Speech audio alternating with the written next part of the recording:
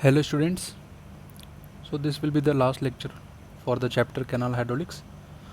So in this lecture we are going to see what are the various methods for designing of a channel.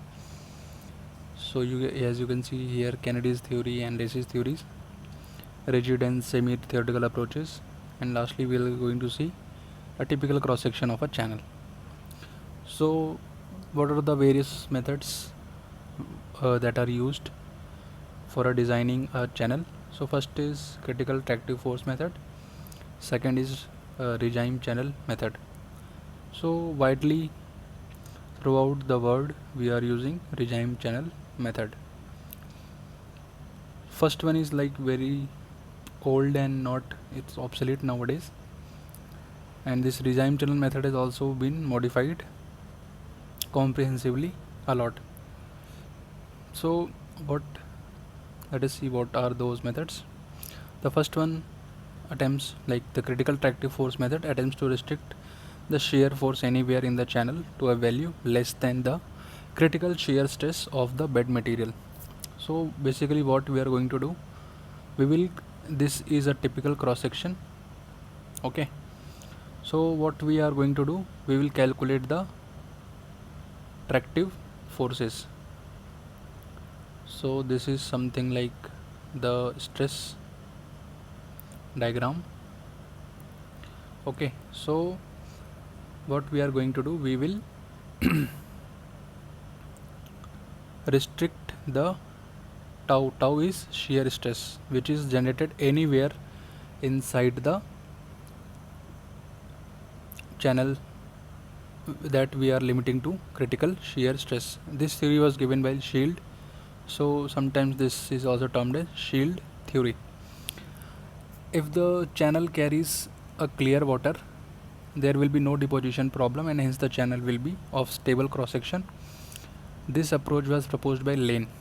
Okay, first critical tractive force method was proposed by Shield, and Lane further modified his approach. Now let us come to regime and semi-theoretical approaches. So what is a regime channel? So various scientists has given regime, like the condition of regime as per their study. Let us see what is these various definitions of a regime channel. The term regime is used in connection to signify a state of dynamic equilibrium. So if a channel is in a state of dynamic equilibrium, not a static equilibrium, we have to be very careful. This is not a static equilibrium, this is dynamic equilibrium. So if the channel is in dynamic equilibrium, then we can see that channel is in a regime, or the channel itself is termed as regime channel.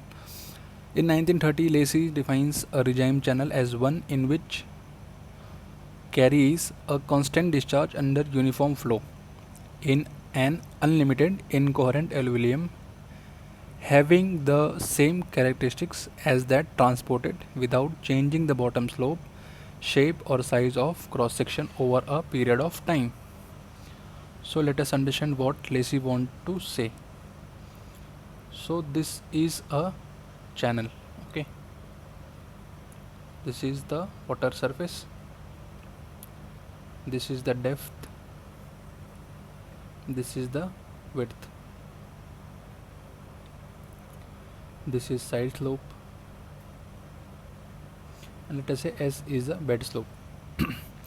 So if this channel is carrying a constant discharge is constant, okay, and flow is uniform in an unlimited incoherent, unlimited means there is, like, flow is unlimited, there is no limit to the flow. Incoherent alveolum means the particles are not coherent, they are not attached to, every single particle is detached, having the same characteristics as the transported without changing the slope is not changing, shape and size of cross section is not changing. If a channel is satisfying these criteria, then only it will be termed as regime channel as per Lacey. Okay, thus in a regime channel, in contrast to the non-erodible channels, there will be suspended load, bed load and formation of bed forms. Load is Basically the silt, what is the silt that particular channel is carrying, that is termed as silt load. If the load is in suspension, that the silt is in suspension, it will be termed as suspended load. If it is like deposited on the bed level or bed surface, then it will be termed as bed load. In the initial periods of life of channel, like when the channel is has been constructed recently, there can be changes in depth, width and longitudinal slope towards attaining a dynamic equilibrium. Like if the newly constructed channels will have the, like these properties will change. After attainment of the regime state, the dimensions of a canal including longitudinal slope will remain essentially constant over time, so as the discharge and other flow characteristics are not disturbed. E- uh, See, as per like Manning's equation, what was the discharge? Area multiplied by r raised to power 2 by 3 into s की power 1 by 2. So area will depend on width, y and side slope. This is also dependent on area and perimeter. S is constant. So for to have a constant value of key q, we have to be have this, all the terms should be constant, then only q will be constant. So now you can understand why this dynamic equilibrium is required. Okay, so don't bother if you are not able to follow, because this all you are going to learn in detail in the coming semester. After attainment of regime channel, so all the character like will become automatically constant. The regime channel is thus a channel in dynamic state with neither erosion nor deposition. So nor neither the silt is getting eroded from the bottom of the bed, neither any silt is getting uh, eroded, and deposition is also not there. So whatever silt is coming, it is going, like it is passing through the channel. A rigid canal can be said to have 1 degree of freedom, in the sense that for a given channel a change in the discharge would cause change in, if a channel is rigid, so side slope, bed slope, everything is constant, only the changing parameter will be depth of the flow, then the q will also change, so it is not in regime channel. For an alluvial man-made channel, on the other hand, a change of discharge can cause change in width, depth and bed slope to achieve a new regime. Okay, thus an alluvium channel has 3 degree of freedom. In same 3 degree means width, side slope and bed slope. In the same way, a natural alluvial river has 4 degree of freedom, as its platform can also alter. So overall layout can also be changed, so that will become the 4th degree of freedom for the natural alluvial river. The basic philosophy of regime concept recognize the degree of freedom of an alluvial channel and aims at providing initial conditions which are very near the final regime values. So let us start with Kennedy's theory. I think you have got the gist of regime channel. Regime channel is basically a channel which is like all the parameters are changing, but the q is still remaining constant. They are changing in such a way that q is remaining constant. So let us see what Kennedy has proposed. So Kennedy was an engineer of Punjab PWD department. So he has done extensive, because in India at that time there were no proper design theory or design method. So he has done a lot of experiment and he proposed his theory in for the channels of Upper Bari Doab canal system, which is in Punjab. He selected some straight reaches of canal section which has not posted any silting and scoring problems during previous 30 years. So he has picked the data from those channel only, that the deposition and scoring was not observed. So in 1895 he proposed like his theory, in which he has related the velocity. He has proposed this value, like v is some constant times y naught is depth and n is again a constant. On the basis of observation, he has given finally this value. C was 0.55 and N is 0.64. Kennedy's method of stable channel design assumes the slope to be independent. So it was a first study, so it was having a lot of flaws in it. So then came Lacy in 1939. As you can see, like almost 40-50 years, 45 years. So Lacy has recognized like many flaws are there. So he recognized the need to have three relationship to account for the three degree of freedom of an alluvial channel. So he has basically he has differentiated the various regime channels into three basic regimes. First, true regime, second, initial regime, and third is final regime. So on the basis of his research work, he found many drawbacks in Kennedy's theory and he put forward his new theory. It was stated by Kennedy that a channel is said to be in a state of regime if there is neither silting and scoring in the channel, but Lacy came out with the statement that even a channel showing no silting, no scoring may actually be not be in regime. So as per Kennedy, if the channel is not silting, not scoring, like whatever silt is coming, it is same amount of silt is going out the channel, then it will be said in a regime. But Lacy said no, even if some particular channel is showing this kind of behavior, it cannot be said as in a regime. So he differentiated the three stages of regime. First is true, second initial, and last is final regime. So according to him, the channel in which is under initial regime is not a channel in regime, and hence regime theory is not applicable to such channels. His theory is applicable only to those channels which are either in true regime or in final regime. Okay, so he has given very simple theory. He has given these four formulas. Like if you know the value of Q, okay, Q is known and the particle size is known, so we can calculate this F. So Q into F square by 140 raised to power 1/6. So directly we can get the velocity. Hydraulic mean depth is given by this 5/2 V square by F.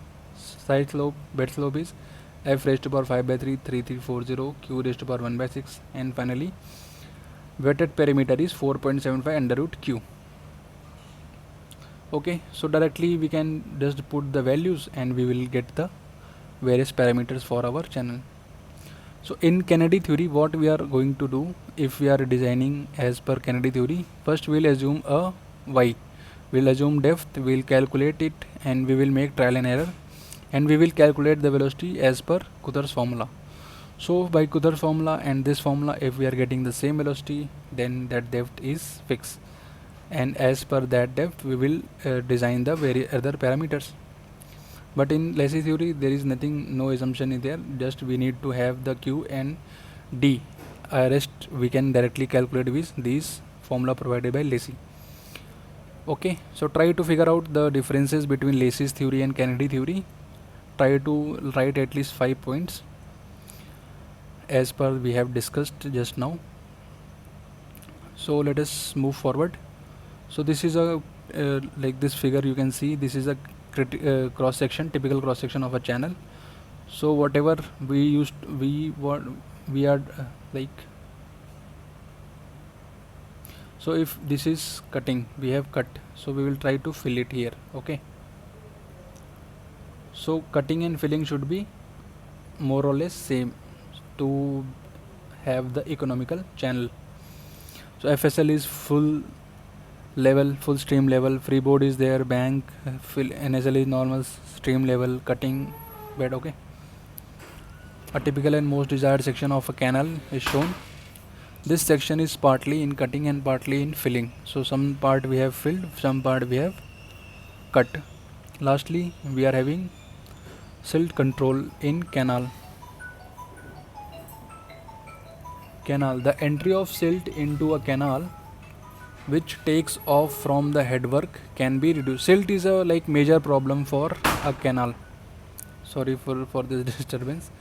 So silt is the main thing, like main concern for a channel, for an engineer designing a channel. So the silt load we have to there should be a fixed amount of silt load in a channel. So if the silt is in excess, though the capacity of, like, let me show you, if we have designed this cross section, so if silting is like so, you can see this much area is only available for flow. So silting, like, apart from a standard value, it should not exceed.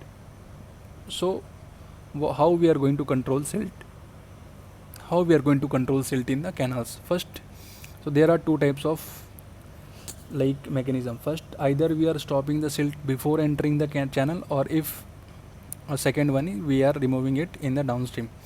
So if we are, like, removing the silt before it is reaching the channel, then it is, we are excluding actually we are excluding the silt to enter inside the channel. So this is termed as silt, these devices are termed as silt excluders. So these are those works which are constructed on a bed of the river upstream of the head regulator. The clearer water enters the head regulator and the silted water enters the silt excluder, and from that silt is excluded. In this type of work, the silt is therefore removed from the water before it enters the canal. Okay, now if the silt has already entered, what we are going to do, we are going to eject it. So for that we are using silt ejectors. These are also called silt extractors, and these devices which extract the silt from canal water after the silted water has traveled a certain distance in the off taken canal. These works are therefore constructed on the bed of the canal and a little distance downstream from the head regulator. So this is the basic difference. Silt excluder are provided at the upstream of a headwork, and silt ejectors are provided on a downstream in the bed channel. So this is all for this chapter, canal hydraulics. So in the midterm you are going to have questions from the chapter hydrology, canal hydraulics and groundwater. So that's all for today. Thank you very much.